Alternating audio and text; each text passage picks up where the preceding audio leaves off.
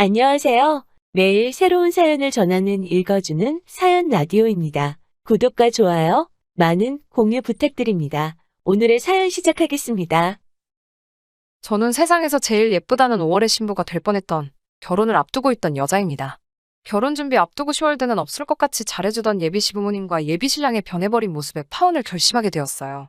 저는 올해 30살이고 전문대를 졸업하긴 했지만 한 분야에서 23부터 일해오며 경력과 능력 인정받으며 회사 생활하고 있습니다. 꼭 결혼 자금으로 써야겠다 하고 모아둔 돈은 아니지만 처음 일 시작하면서 열심히 모아오니 저금으로 8천 정도 가지고 있습니다. 그 정도 저금하면서도 집에 손 벌린 적 한 번도 없었고 오히려 제가 번 돈으로 부모님 용돈도 드리고 하고 있습니다. 지금은 아니지만 저와 결혼할 뻔했던 예비신랑. 이제는 예비신랑이 아니네요. 아무튼 그 사람은 저보다 2살이 많았고 나름 좋은 학교로 유명한 4년제 대학 나와서 중견기업에 취직해 일하고 있습니다. 저는 개인적으로 결혼 준비가 거의 끝난 거나 마찬가지라 생각했기 때문에 그 사람하고 결혼 이야기 오고 가기 시작하면서 저는 준비할 게 없는데 오빠는 어떠냐고 물어봤어요. 오빠는 항상 자기도 준비 다 되어 있다고 걱정 말라고 자신있게 말해왔지만 정작 프로포즈에 응하고 나서 얼마 모았는지 오픈하는 자리에서 저에게 보여준 건 잔고 3천짜리 계좌 하나였습니다. 32살에 3천만 원. 물론 이 돈이 적은 돈이라고 생각하지는 않아요. 군대 대학교 졸업부터 취직 준비까지 저보다 사회생활 시작한 게 늦는 것도 이해하고 대학교 나오면서 학자금 대출이 있었을 수도 있고 스펙이다 뭐다 좋은 회사 들어가려 늦게까지 더 공부했던 부분도 있을 테니 지금 모아놓은 돈 얼마보다 앞으로 둘이 할 일이 아껴가며 모으면 된다는 생각이었어요. 오히려 그 사람 기죽을까봐 제가 모은 돈이 더 많다는 것도 저희 부모님 앞에서 티 하나도 안 내고 배려해줬습니다. 상견례 할 때도 분위기도 아주 좋았습니다. 결혼식은 서로 간소하게 하자고 하시며 둘이 사랑해서 결혼하는 거니 부모님들은 뒤에서 믿어주고 간섭하지 말고 응원해주는 게 맞지 않겠냐고 예비시댁 쪽에서 먼저 말해주셨어요. 저희 부모님도 그 말이 맞다고 하시면서 상견례도 별 문제 없이 끝났습니다. 결혼 준비는 그렇게 별 문제 없이 진행되는가 싶더니 요즘 같은 전세대란에 둘이 모은 돈으로는 혼수며 집이며 아무리 열심히 알아봐도 답도 안 나오고 힘만 들더라고요. 결국 양가 부모님들께 손 벌리지 않기로 한 결혼식이었지만 전세집 구하는 것만이라도 조금 도와주십사 해서 각자 집에 알아보기로 했습니다. 저에 비해서 그 사람이 모은 돈이 터무니없이 적었기 때문에 현실이라는 벽 앞에 부딪히니 조금이라도 지원을 받는다면 좋겠다는 생각이 들었어요. 저희 부모님은 남편이 사실 모아놓은 돈이 별로 없었다는 말에도 그다지 화를 내거나 하지 않으셨습니다. 오히려 그런 상황이었으면 진작에 물어보지 않았느냐며 그러면 진작에 같이 고민해보지 않았겠느냐고 저를 나무라셨어요. 저희 부모님한테는 지금 살고 계시는 아파트 말고 다른 동의 평수가 조금 작은 아파트 한 채가 더 있으세요. 전세를 주고 있던 아파트였는데 저희 결혼할 때 맞춰서 그 집을 비워줄 테니 일단 그 집에 들어가서 살면서 돈을 더 모아. 그 후에 이사를 가는 게 어떻겠냐고 하시더라고요. 부모님이 선뜻 그 집에서 살 수 있게 해주신다는 말에 놀랐어요. 왜냐하면 그 집은 저희 오빠가 결혼할 때 주시려고 하던 아파트였거든요. 오빠도 결혼하려면 그 집이 있어야 결혼 준비할 때 면이라도 설 텐데 오빠도 당장 결혼할 생각도 없다고 하니 그때까지라도 저희 보고 몇 년 동안 그 집에서 살면서 돈을 모으라고 하네요. 그 말에 염치 없는 건 둘째치고 너무 감사하고 기분이 좋았습니다. 집 문제가 이렇게 해결되는 건가 싶어 한시름 놓게 되었으니까요. 그 기쁜 소식을 그 사람에게 곧바로 전화로 전해주려고 하다가 그 사람도 예비시댁에 물어보기로 한 게 있으니 다음날 만나서 이야기해보기로 하고 연락을 따로 하지 않았습니다. 다음날 그 사람을 만나 물어봤어요. 오빠 쪽 부모님은 따로 무슨 말씀 없으셨냐고요. 그 사람은 조금 쭈뼛대면서 왜 이제 와서 그러냐는 말을 들었다며 시댁 쪽에서는 더 도와줄 수 없다는 대답을 들었다고 하네요. 제가 모은 돈도 더 많은 상황에 저희 부모님께서 집 문제까지 어느 정도 해결해 주신 상황인데 단돈 1,000만 원 정도라도 도와주실 걸 기대했어서 그런지 기분은 썩 좋지 않았습니다. 하지만 애초부터 손 안 벌리고 결혼하기로 이야기가 나온 상황이니 그저 상황이 여의치 않으신가 보다 하고 그냥 넘겼습니다. 그 사람한테 저희 부모님께서 지금 전세 주고 있는 아파트에서 살게 해주신다는 말을 했더니 그 사람도 이 입이 귀에 걸려서 아주 좋아하더라고요. 집 문제가 해결되고 다른 결혼 준비를 하게 되면서 언젠가부터 그 사람 입에서 저희가 살게 될 아파트 시세라든지 생략하기로 했던 예단이니 뭐니 그런 단어들이 나오기 시작했습니다. 무슨 소리 하는 거냐 되묻는 저희 말에 그냥 궁금해서 물어봤다는 식으로 말끝을 흐려서 별일 없을 줄 알았는데 그때 확실하게 이야기를 해둘 걸 그랬네요. 어느 날 저한테 예비시모로부터 전화가 한 통 걸려왔습니다. 전화기 너머 예비시모 목소리가 평소와는 조금 다른 차가운 느낌이 들었어요. 무슨 급한 일인지 퇴근하자마자 시댁으로 오라는 말에 찾아갔습니다. 그 사람 집에 저희 집과는 완전 반대 방향이어서 1시간이나 걸리는 거리를 지하철을 타고 갔어야 했어요. 시댁에 도착했는데 저를 반겨주시는 게 아니라 왠지 모르게 차가운 느낌으로 저를 대하시더라고요. 대뜸 저한테 앉아라 한마디에 저도 모르게 그냥 자리에 앉았습니다. 마실 것 하나 안 내주시고 저한테 하시는 말을 들으니 정말 어이가 없었어요. 대뜸 집을 사돈 쪽에서 해주신다지? 라고 물어보더라고요. 솔직히 집을 해주시는 건 아니었지만 오빠가 결혼할 때까지 그 집에서 저희가 살게 된 거였으니 맞다고 내라고 대답했어요. 제 대답을 듣고 저에게 이어서 하시는 말이 결혼하면 원래 시댁 쪽으로 와서 살아야 되는 건데 이야기 들어보니 사돈어른 살고 계시는 같은 아파트라며? 라고 물어보시더군요. 무슨 뜻으로 하신 말인가 저는 그때 알지 못했으니 예비시모 말씀에 또 맞다고 대답했고요. 그랬더니 예비시모가 저한테 한다는 말이 자기가 그 아파트 시세를 알아봤더니 얼마 정도더라. 그러니 그 집을 정리해서 이쪽으로 집을 구하고 남는 돈으로 혼수 같은 걸 채우는 게 좋겠으니 그렇게 하라고 하시더군요. 쓰다 보니 예비시모라고 쓰기도 싫으네요. 아무튼 그 사람의 엄마가 저한테 하는 말에 저는 그런 게 아니라고. 그 집은 저희 부모님이 오빠 결혼할 때 주기로 한 집이고 저희는 지금 상황에 집 구하는 게 여의치 않으니 집을 구할 때까지 그 집에 들어가 사는 거라고. 그러니 그 집을 팔아서 새 집을 구할 수는 없다고 설명을 드렸어요. 그러면 집을 주는 것도 아니네? 라고 하시면서 아주 부모가 딸을 끼고 살려고 별수를 다 쓴다고 하시네요.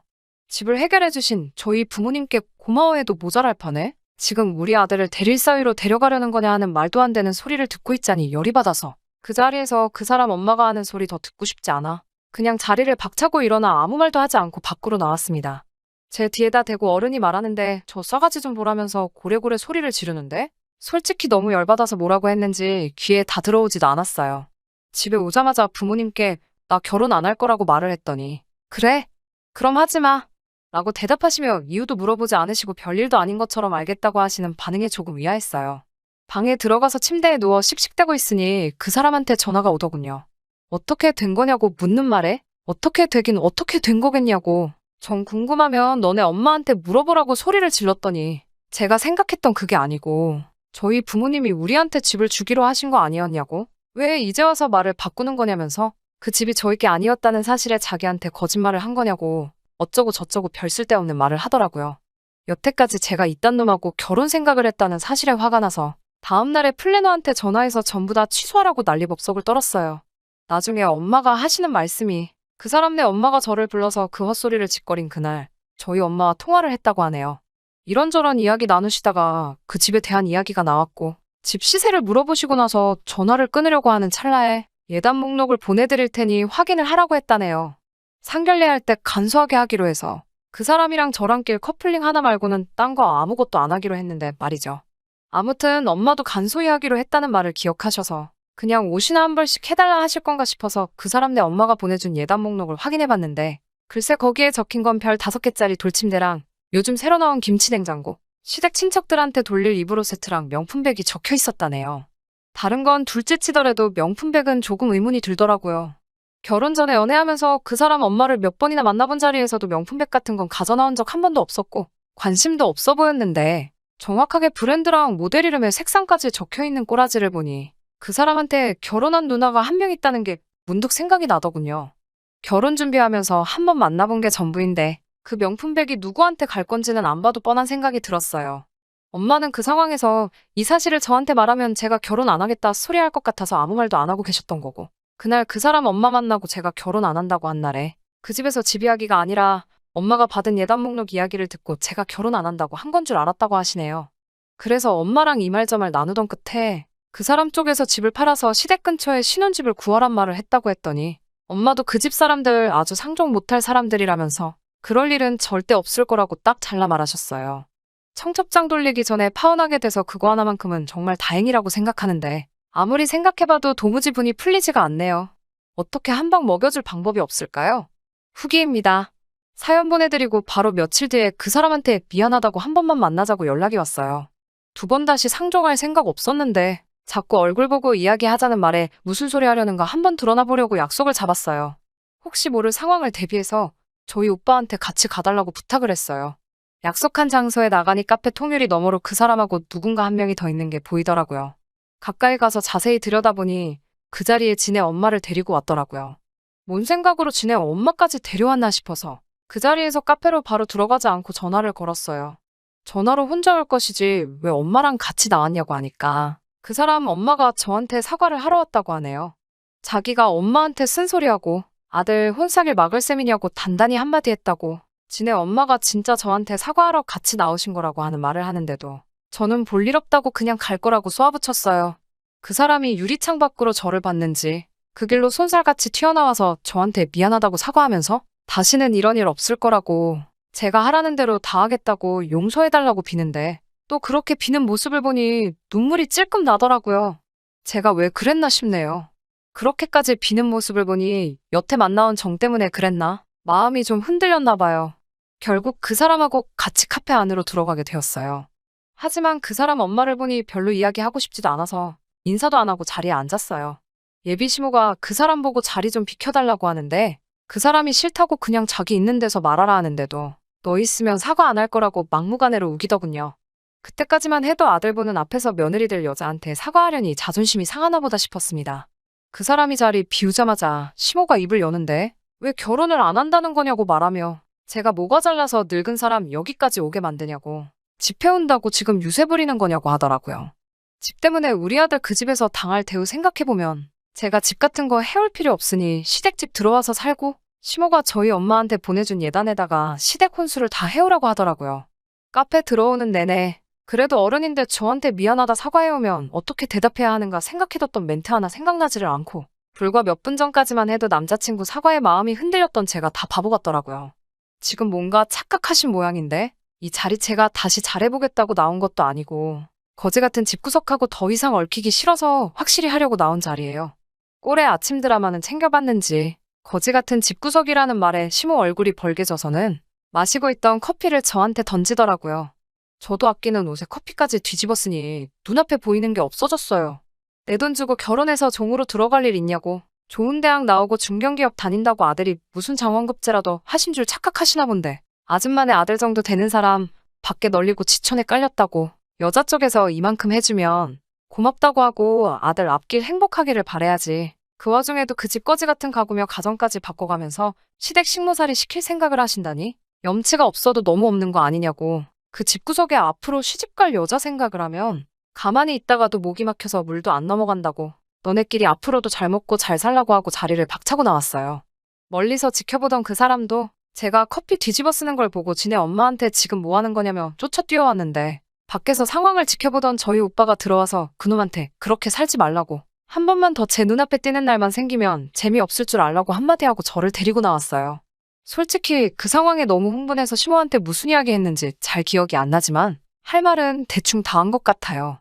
그래도 아쉬움이 남는 게 시간을 돌릴 수 있다면 딱 시모가 커피 저한테 집어던지는 순간으로 돌아가고 싶네요. 시모 뒷목 잡을 때까지 한마디 한마디 또박또박 말해줄 수 있을 것 같아서 말이에요. 아무튼 그렇게 저는 거지근성 시댁하고 확실하게 연을 끊게 되었습니다. 이혼녀 되는 것보다는 그 전에 파혼한 게 참 다행이다 싶어요. 청첩장 돌리기 전에 이렇게 된 거 진짜 제가 열심히 살아와서 하늘이 도와준 건가 싶습니다. 긴 사연에다가 고구마가 100개 정도 있는 것 같은데 끝까지 들어주셔서 너무 감사합니다. 이제라도 더 늦기 전에 정신 건강하고 제대로 된 남자 만나서 행복한 가정 꾸리고 살고 싶네요. 그러면 사연 끝까지 들어주신 모든 분들 오늘도 좋은 하루 되세요. 긴 이야기 들어주셔서 감사합니다. 오늘의 사연은 여기까지입니다. 구독과 좋아요, 알람 설정해주시면 앞으로 더 좋은 사연으로 찾아오겠습니다. 감사합니다.